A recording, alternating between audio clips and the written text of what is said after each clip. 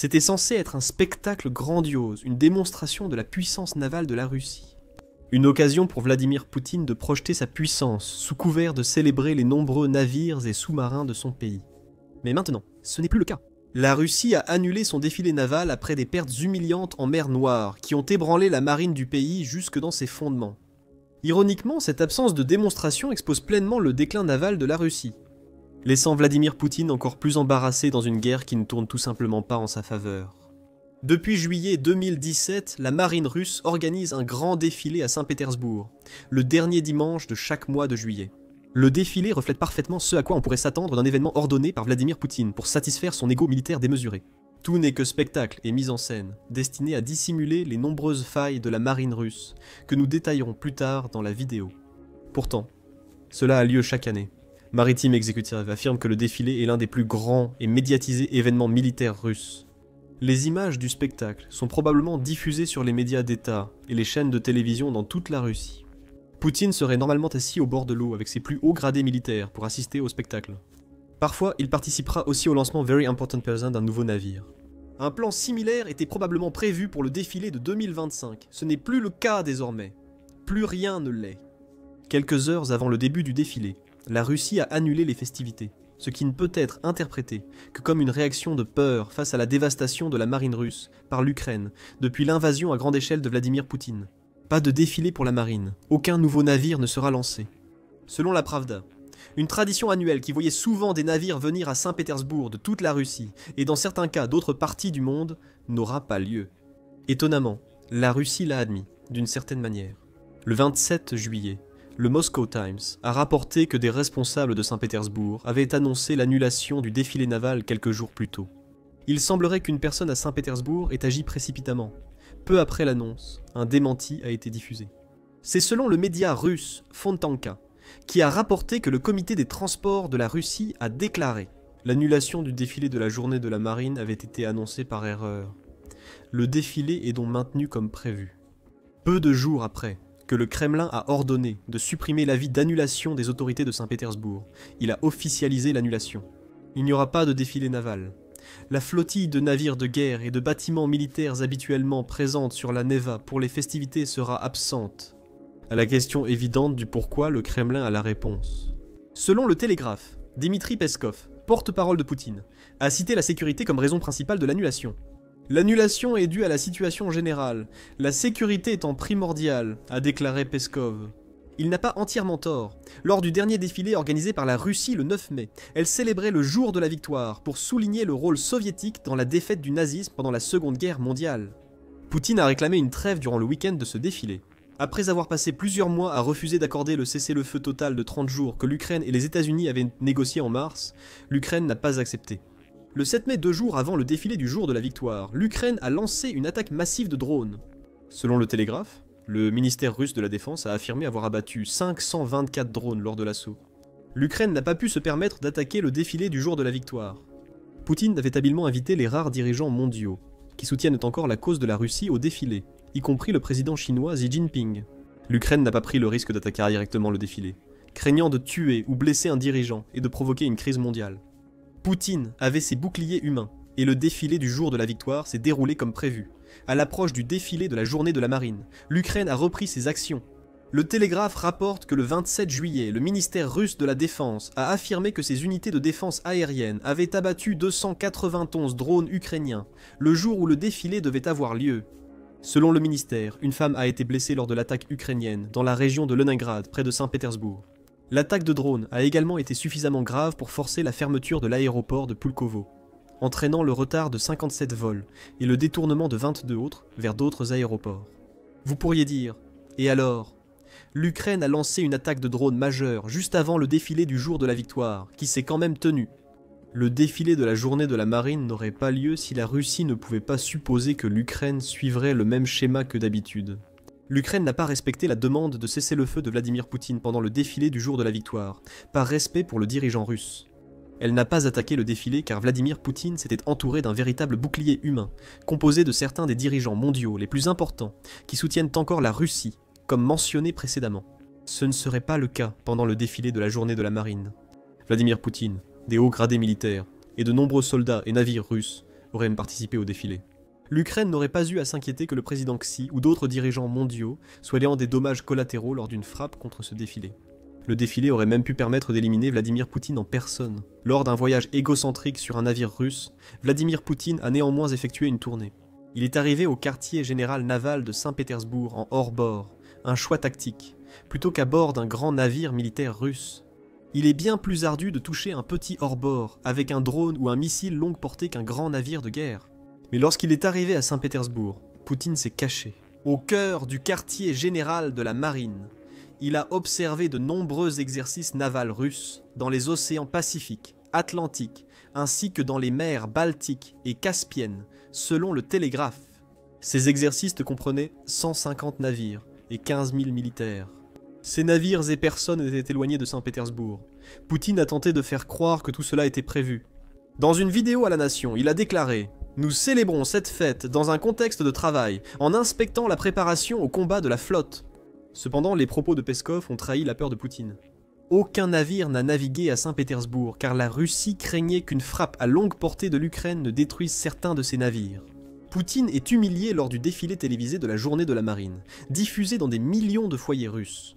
Imaginez l'ampleur des dommages que l'Ukraine aurait pu causer à l'image de Poutine en tant que protecteur unique de la Russie. Si ces caméras de télévision avaient enregistré des images de Poutine ne faisant guère plus que regarder pendant qu'un des navires de sa marine était sabordé. La sécurité était donc une préoccupation légitime pour la Russie. Mais ce n'est pas la seule raison de l'annulation des grandes célébrations navales russes. La deuxième raison que Poutine ne voudra pas admettre est que le défilé n'a pas eu lieu. Parce que l'Ukraine a fait un travail remarquable en dévastant les parties de la marine russe qui sont censées aider Poutine à mener à bien son invasion. Selon Euromaidan Press, l'annulation ne serait pas une coïncidence, mais une conséquence des actions de l'Ukraine. Environ 33% des navires de combat de la redoutable flotte russe de la mer Noire, autrefois crainte, ont été détruits, et 24 d'entre eux sont désormais endommagés ou détruits grâce aux drones et missiles ukrainiens. Le Centre ukrainien de lutte contre la désinformation suggère la même chose, déclarant que le Kremlin ne peut plus prétendre que la guerre n'affecte pas l'arrière russe. La guerre impacte toutes les sphères de la vie en Russie, même les événements symboliques et retentissants comme le défilé naval. L'histoire de la flotte de la mer Noire entre 2022 et aujourd'hui est celle d'un échec total. Lorsque Poutine a d'abord envahi l'Ukraine, il croyait pouvoir compter sur la redoutable flotte pour contrôler la mer Noire. Et avec ce contrôle viendrait la capacité d'empêcher l'Ukraine d'exporter son grain. Avant l'invasion de Poutine, l'Ukraine exportait environ 60 millions de tonnes de céréales par an, soit environ 10% du marché mondial. Selon le Conseil des Relations étrangères, ce grain est crucial pour l'économie ukrainienne, raison pour laquelle Poutine voulait empêcher son exportation. De plus, le contrôle de la mer Noire permettrait à la Russie d'envoyer librement troupes et approvisionnements dans le sud de l'Ukraine pour appuyer son invasion terrestre.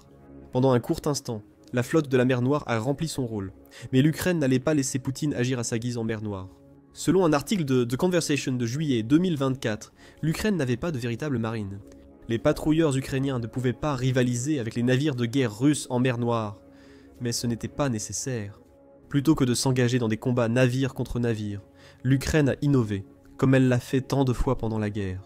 L'Ukraine a d'abord ciblé le croiseur lance-missiles Moskva, souvent considéré comme le navire amiral de la flotte de la mer Noire. Le Moskva avait passé une grande partie du début de la guerre à lancer des missiles sur l'Ukraine, en plus d'avoir joué un rôle clé dans la prise de l'île aux serpents. Le 14 avril 2022, l'Ukraine a localisé la position du Moskva. Elle a lancé des missiles Neptune ukrainiens sur le navire amiral de la flotte de la mer Noire, le détruisant en touchant ses réserves de munitions. L'Ukraine avait démontré qu'elle pouvait rivaliser avec la Russie en mer Noire sans avoir besoin d'une marine. L'Ukraine avait besoin de missiles, et comme révélé plus tard, d'une flotte de drones maritimes. Avançons jusqu'à la publication de l'article de The Conversation. Et l'Ukraine avait détruit 26 navires de la flotte de la mer Noire grâce à des frappes ciblées intelligentes qui n'ont pas nécessité le déploiement d'un seul navire traditionnel par le pays. En février 2025, le ministère britannique de la Défense a publié un rapport soulignant l'affaiblissement de la flotte russe de la mer Noire depuis l'invasion de l'Ukraine par Poutine, confiant dans la capacité ukrainienne à la contrer. Le Royaume-Uni Defense Journal rapporte que le rapport affirme cela suite au bombardement ukrainien. La flotte russe de la mer Noire a dû déplacer ses principaux atouts de Sébastopol vers Novorossiysk, à l'est de la mer Noire. Les unités russes de la région ont dû adapter leurs tactiques et changer leur zone d'opération. La flotte peut toujours lancer des missiles à longue portée sur l'Ukraine, mais c'est sa seule capacité restante. Les ravitaillements et le contrôle sur la mer Noire ont cessé. Poutine a perdu la domination navale qu'il espérait exercer contre son ennemi, tout comme les 26 navires que l'Ukraine a détruits avec ses drones et missiles. Ou plus précisément, comme le reste de la flotte qui a fui la mer Noire pour s'assurer que l'Ukraine ne pourrait plus l'attaquer. Selon le magazine Légion, en août 2024, le départ du dernier navire russe de la base de Sébastopol en Crimée a marqué la fin officielle de l'engagement de la flotte de la mer Noire dans le conflit. Le Conseil de l'Atlantique affirme que cette retraite révèle la faiblesse navale russe et ridiculise les menaces de Poutine d'intensifier la guerre. Si ses ennemis, l'Ukraine ou l'Occident, franchissaient ces fameuses lignes rouges, l'Ukraine a utilisé des missiles, dont les Storm Shadow britanniques, pour attaquer la flotte de la mer Noire. Poutine n'avait pas réagi avec l'escalade qu'il avait prétendu faire suite à un tel événement. Le Conseil de l'Atlantique affirme qu'il a souvent été suggéré qu'un Vladimir Poutine acculé et vaincu pourrait potentiellement recourir aux mesures les plus extrêmes, y compris l'utilisation d'armes nucléaires. En réalité, il a réagi à la défaite humiliante de la flotte de la mer Noire en ordonnant à ses navires restants de battre en retraite.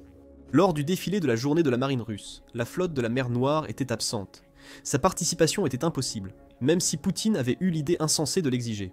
La Turquie contrôle les détroits, reliant la mer Noire au monde, interdisant tout navire militaire d'y entrer ou sortir, ce qui explique l'impossibilité pour Poutine de réapprovisionner sa flotte. Mais l'important n'est pas la participation, c'est ce que l'échec total en mer Noire représente dans le contexte du défilé de la journée de la marine. Depuis 3 ans, l'Ukraine a démontré à plusieurs reprises la vulnérabilité des navires russes aux attaques de missiles et de drones. Même si les premiers ont pu avoir du mal à rejoindre Saint-Pétersbourg, les drones maritimes et aériens ukrainiens à longue portée auraient pu détruire d'autres navires de la flotte russe de la mer Noire lors du jour de la marine, comme ils l'ont fait précédemment. La marine russe semble puissante sur le papier, mais en réalité, elle n'est guère plus qu'un tigre de papier. Global Firepower, qui classe 145 nations du monde selon leur puissance militaire, l'affirme. La marine russe est la 3e plus grande du monde en termes de taille totale et de tonnage, avec 419 navires, capables de déplacer plus de 12 millions de tonnes. La Russie possède 10 destroyers, 12 frégates, 83 corvettes et une flotte de 63 sous-marins, ainsi que des dizaines de patrouilleurs et de navires de guerre des mines. Elle possède même un porte-avions. Le problème, c'est que les chiffres ne veulent pas dire grand-chose quand on regarde la réalité de la marine russe. En janvier 1945, un article a été publié affirmant que la marine russe sombrait lentement dans l'abîme. Et c'est vrai, les lourdes pertes russes en mer Noire ne sont que le début des problèmes maritimes de Poutine. Les sanctions, la corruption et l'incompétence ont limité la capacité de la Russie à construire et entretenir des navires.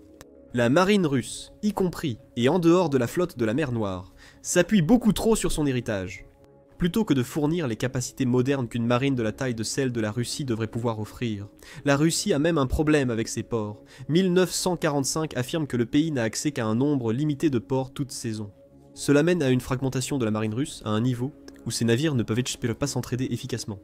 Et si vous avez besoin de preuves de la vétusté de la marine russe, il vous suffit de regarder son unique porte-avions, l'amiral Kuznetsov 1945. Des rapports indiquent que l'état de ce navire en service depuis plus de 3 décennies est critique, au point qu'il est hors service depuis 2018 pour des réparations et de la maintenance, mais ces travaux n'ont pas avancé. Selon Marine Insight, le 14 juillet, la Russie s'apprête à démanteler son porte-avions. Elle ne peut simplement pas rendre ce navire massif suffisamment navigable pour être un atout utile pour sa marine. Considérez la signification de ces problèmes dans le contexte du défilé de la journée de la marine.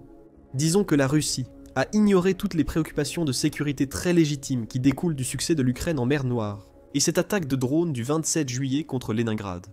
La 9e édition du défilé de la journée de la marine de Poutine a présenté des navires vieillissants, insuffisants pour présenter la Russie comme une force navale moderne, même sans tenir compte d'autres facteurs. Poutine aurait fait comme si ces navires étaient les meilleurs au monde, selon le message qui sera diffusé au peuple russe.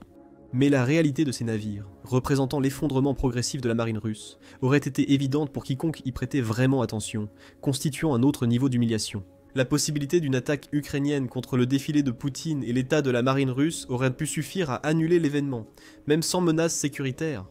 Nous ne le saurons jamais. Donc il nous reste une question à laquelle répondre. À quoi ressemble l'avenir de l'aspect naval de la guerre en Ukraine en mer Noire? La Russie semble incapable d'inverser rapidement sa situation. La Turquie l'empêche de faire entrer d'autres navires en mer. Et il n'y a aucun signe que Poutine veuille risquer de perdre davantage de la flotte face aux drones et missiles ukrainiens d'ici mars de cette année. Le président ukrainien Volodymyr Zelensky a déclaré au monde que l'Ukraine contrôlait la situation en mer Noire. Deutsche Welle rapporte que le président ukrainien affirme que les Russes ne contrôlent plus le corridor de la mer Noire depuis longtemps. Nous nous battons pour cela car c'est un pas vers la fin de la guerre. Nous contrôlons la situation en mer Noire. L'Ukraine ne perdra pas de vue la mer Noire. Cela affectera tout navire que Vladimir Poutine enverrait dans le détroit. Cependant, l'aspect militaire de la bataille navale est presque fini. L'Ukraine ne peut pas atteindre les navires russes éloignés, et Poutine n'envoie plus de bateaux en mer Noire. L'Ukraine se concentre plutôt sur un autre aspect de la bataille navale. Vladimir Poutine a créé la flotte fantôme russe, pour contourner les sanctions imposées à la Russie par de nombreux pays après son invasion de l'Ukraine. Selon le Conseil de l'Atlantique, cette flotte comptait plus de 780 navires en mai 2024. Le courtier maritime BRS affirme que Vladimir Poutine utilise ces navires pour transporter du pétrole vers des pays comme la Chine. Cette flotte fantôme s'efforce de dissimuler sa présence sur les mers du monde, naviguant sous d'autres pavillons et utilisant diverses techniques pour échapper aux organisations de suivi maritime. Elle a été une bouée de sauvetage économique pour la Russie, tout comme les exportations de céréales ukrainiennes par la mer Noire. L'Ukraine lance une offensive contre la flotte fantôme. Selon le Télégraphe du 9 juillet, plusieurs navires de la flotte fantôme russe auraient été neutralisés ces derniers mois. L'un des plus récents, et le 6e, rien qu'en 2025, était l'Eco Wizard, qui était stationné dans le port russe de Sluga le 6 juillet. Des explosions ont secoué ce navire, détruisant sa salle des machines et le rendant presque inutile pour la Russie. La nouvelle stratégie navale de l'Ukraine se concentre sur le contrôle de la mer Noire, les navires russes restants étant hors de portée. Elle a tourné son attention vers la flotte fantôme qui continue de remplir les coffres de Poutine.